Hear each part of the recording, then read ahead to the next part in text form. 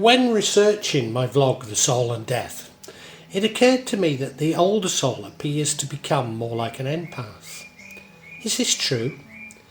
Well, this is what I'll explore with you in this vlog. In spite of stereotypes, both supporting my hypothesis and disagreeing with it, empathy does appear to increase with age, particularly after 40. Briefly, the older we get, the better we seem to become at understanding other people's feelings and perspectives. This would suggest that many of the aspects of the older soul that I reported in The Soul and Death could simply be related to increased empathy. Those behaviours which seem to be more like those of an empath would include: the soul appears to be accessing memories or information which are far beyond the reality that most of us are attached to. Dreams become more vivid, and so often we are met with a sense of deja vu. Even when troubled with illness, the older soul seems to exhibit a sense of serenity. A compassion for others, especially the young, an understanding of what troubles them, is only fleeting. The elder seem to become lighter and much easier to be with. The elderly seek to mend relationships which long since broke, even to meet with those they haven't seen for so long. Now, this doesn't negate the idea of an older soul, nor explain why these changes occur. Simply provides an important means of articulating these changes.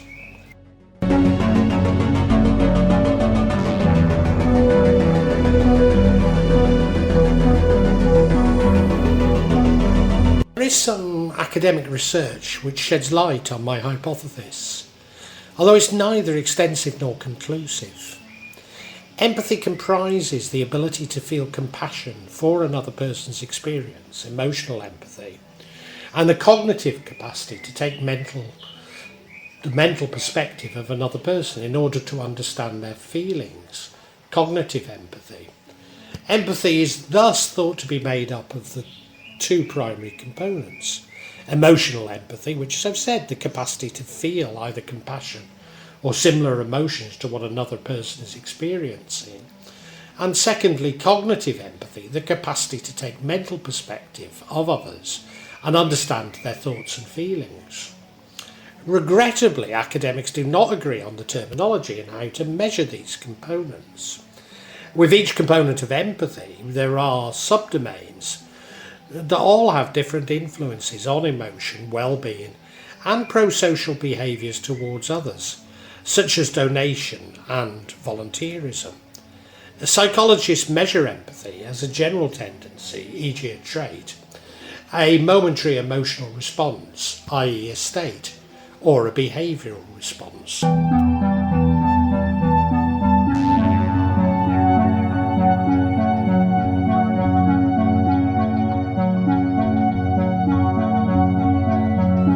There is growing evidence that the emotional domain of empathy is not lower in older than younger adults, despite a popular belief that older males in particular become more selfish. However, there is mixed evidence about whether older adults have similar levels of emotional empathy to younger adults or experience higher levels.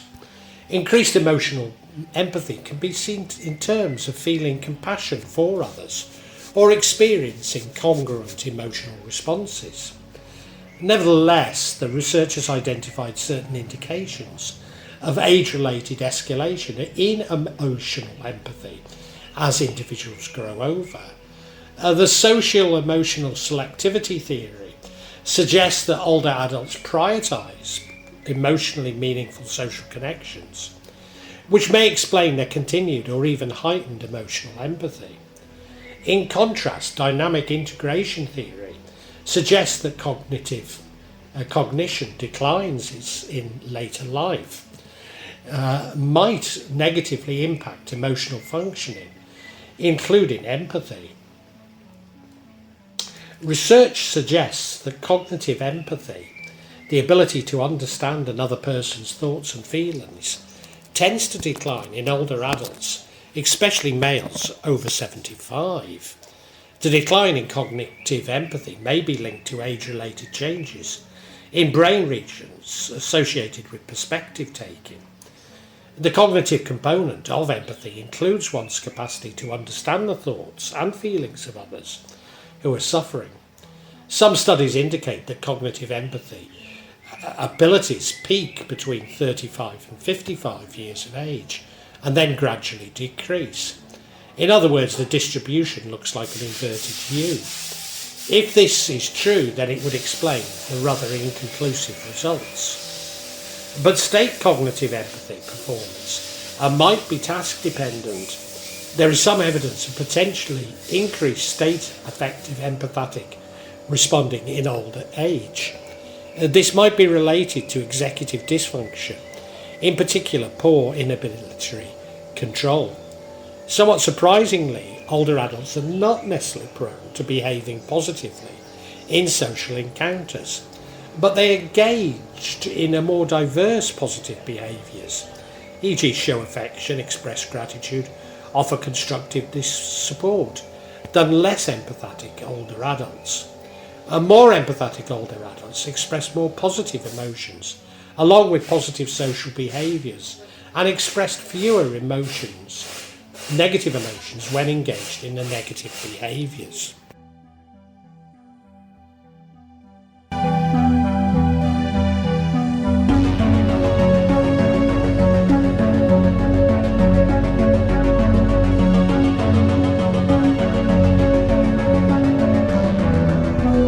It's seen that older adults with low empathy defend themselves from the threat of ageing by disassociating themselves from their own age group. But could this be indicative of narcissism? Indeed, the inclusion of narcissists in studies would create somewhat inconclusive results. Furthermore, if empathy does increase with age, could narcissism also? That certainly corresponds with my experience, especially of my mother. Again, in my vlog, The Soul and Death, I argue that ageing, and indeed death, appear to be the soul deciding that it's time to move on. But if narcissists lack a soul, then they do not feel these signals. Indeed, my mother, despite using illness to gain sympathy, was scathing of those of a similar age to herself, and refused to engage in activities associated with the elderly. As I cleared her home, it was full of medical aids, such as wheelchairs, which she had absolutely refused to use, choosing to stay in bed. In fact, there is some research which suggests that empaths are more likely to accept such support, although it does not equate low empathy with narcissists. And nevertheless, my mother's desire to maintain her youthful image, indeed her beauty was so important to her narcissism, is highly indicative of an elderly narcissist. Does this mean that narcissists live longer than empaths? Well, that's another hypothesis, but my experience would suggest that yes, they do. It appears to be a part of the sad reality of the ageing narcissist that they fear death and thus seem to cheat it, but not necessarily in rude health.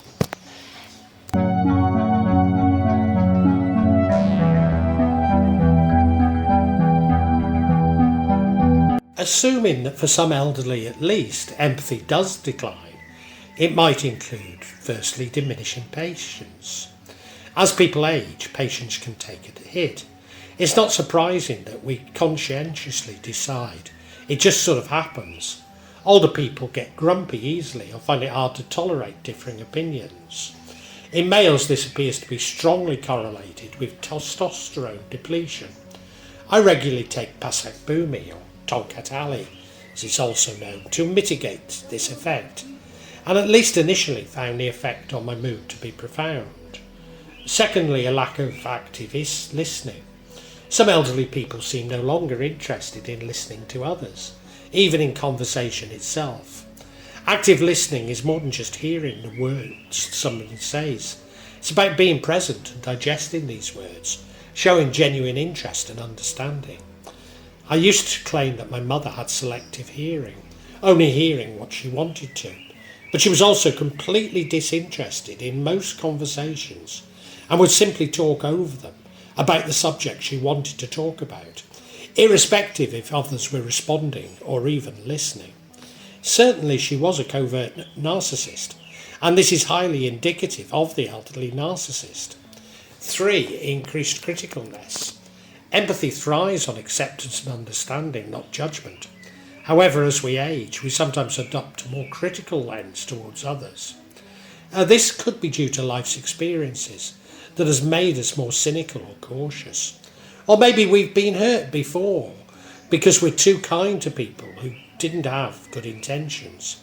As a result, we treat more into ourselves, giving less of our kindness and compassion as a protection mechanism. 4. Reduced emotional responsiveness. Emotional responsiveness is a key part of empathy. It's how we show others that we understand and share their feelings.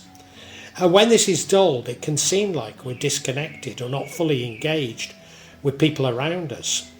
This is another behaviour that can creep up on us as we age, is a reduction of our emotional responsiveness. We might not express joy, sadness or surprise as intensely as we once did, which can come across as indifferent to others. 5. Gradual isolation. When we isolate ourselves, we miss out on these opportunities to exercise our empathy. We become less attuned to feelings and perspective of others. But this is not necessarily indicative of reduced empathy, as fewer opportunities to display empathy. 6. Difficulty with change. Resistance to change can be a subtle sign of eroding empathy.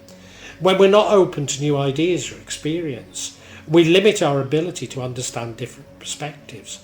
We become stuck in our ways, and it becomes harder to relate to others who don't share our views or experience. Whilst I associate many of these behaviours with narcissism, this is a behaviour that this empath can certainly identify with. I see my concern about AI as indicative of my empathy, but could it actually be associated with a lack of empathy? 7. Over-reliance on past experience. This is another behaviour that I can identify with. As we get older, we naturally accumulate a wealth of experience.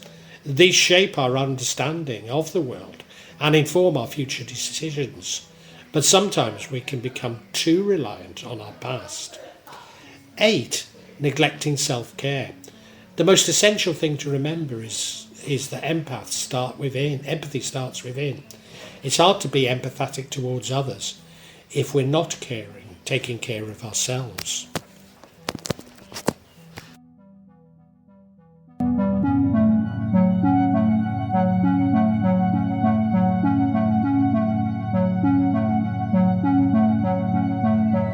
Does the research evidence disprove my hypothesis that we become more empathetic as we age? Well, like the research itself, I believe that what it tells me about my hypothesis is inconclusive. For me, the biggest issue is that the instruments used simply measure components of empathy and are not an indication of being an empath or a narcissist, whereas the commonly used instrument to identify an empath is the MBTI. Indeed, empaths and narcissists are poorly defined, and there is disagreement between psychologists and psychiatrists. Thus, the old may be more like empaths, whilst not displaying these changes on these instruments. Indeed, emotional congruence measures, which assess congruent emotional responses, generally indicated an increase in emotional empathy with age. But this highlighted the importance of the specific instrument used. And my greatest concern is that the research design does not break out narcissists from the sample. From a research methodology standpoint, nor should it. But in previous vlogs, I've argued that narcissists are quite unlike the general population. I've speculated that they lack a soul. Others have even suggested that they're non-human. But certainly their inclusion will skew the results. assuming that we can identify them from the instruments. Also, if the distribution really is an inverted U-shape, then it's important to identify the actual age that any change occurs. There is no doubt that change does occur with age. The problem is identifying the trajectory of this change and the precise age when it occurs. But maybe there's an even bigger issue at play here, and that is that we are more empathetic towards that which we can identify with. I'm all too aware of how I no longer have the same interests and preoccupations as the young. At its simplest level, I have no idea what is in the UK or Billboard charts. Furthermore, so many of the studies I looked at seem to have an unintended bias against the elderly, including those I reported as being indicative of a decline in empathy. For example, assuming that because we were disinterested in what the young were interested in, involved a lack of empathy. Thus, the elderly were often expected to be empathetic towards issues they no longer have experience of, and this was counted as evidence. I guess it's all about definitions and perspectives, and thus there are so many ways of defining my hypothesis and investigating it. It'll always be inconclusive, as rarely are different disciplines talking about the same thing. Indeed, maybe I am confusing being spiritual with empathy, confusing a mystic with an empath. But it seems to be more about better understanding empaths and narcissists and how they change with age, rather than directly attempting to measure empathy by age. Just maybe this is one of the most important issues affecting us. But we're so preoccupied with the ephemeral, we cannot see this.